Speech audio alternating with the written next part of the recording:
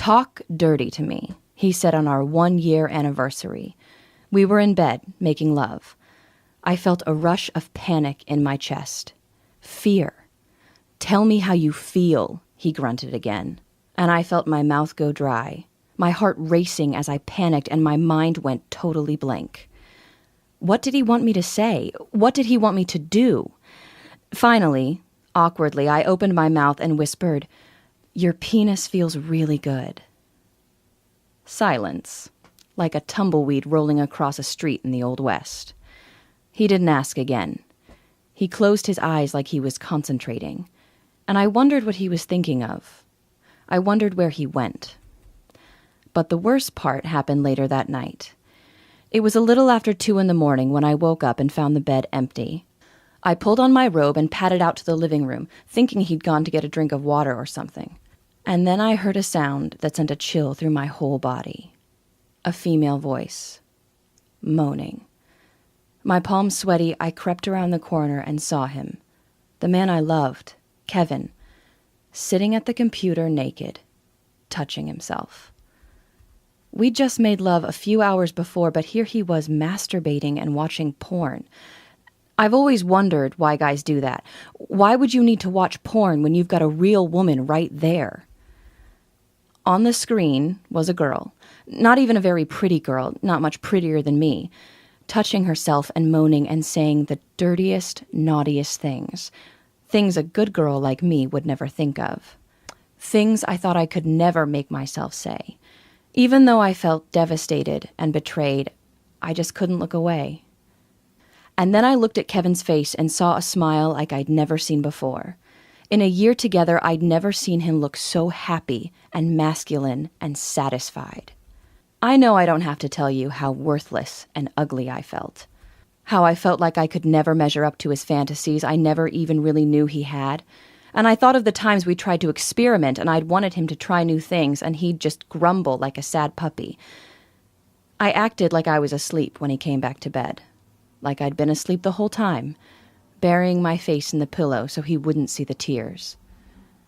He spooned me and I shuddered, and I had to bite my tongue so I didn't tighten up. And I lay there for hours thinking and making a decision. I thought of how I looked in the mirror.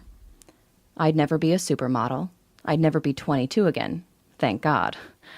I'd never be a porn star and never wanted to be. And lying there, feeling his breath on my neck, I knew I could do one of 3 things. I could ignore that this ever happened, bury my head in the sand and pretend we were happy. I could confront him. I could get mad at him for looking at other girls and thinking about other girls. I could be furious and yell at him and forbid him from ever looking at porn again and end up pushing him farther away. Or I could make the choice I did. I could learn the secret fantasies of my guy. Of all guys. I could learn the sexual psychology of men, why men want what they want, instead of sticking my head in the sand like most women. And I could learn to play his secret desires like a violin, and inspire him to give me everything I've ever fantasized about. I fired up my laptop the next day, excited at what I was going to learn.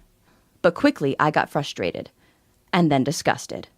All over the internet, all I found were books and articles and YouTube videos by sleazy pickup artist type guys and 22-year-old bimbos telling me that I had to act like a slut or a nymphomaniac teenager to make a man happy. And I knew that couldn't be the truth.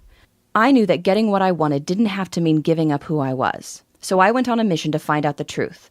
The next few months were a thrill and a rush of revelations. I made myself watch porn, and instead of being disgusted and judgmental, I acted like a scientist. I asked myself why men seem to need this stuff so much.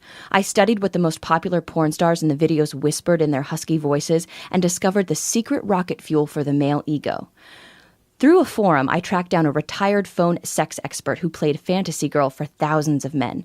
She taught me the power of the feminine voice, the exact tone that bores into a man's mind, and what men are really seeking emotionally when they think they're seeking sex.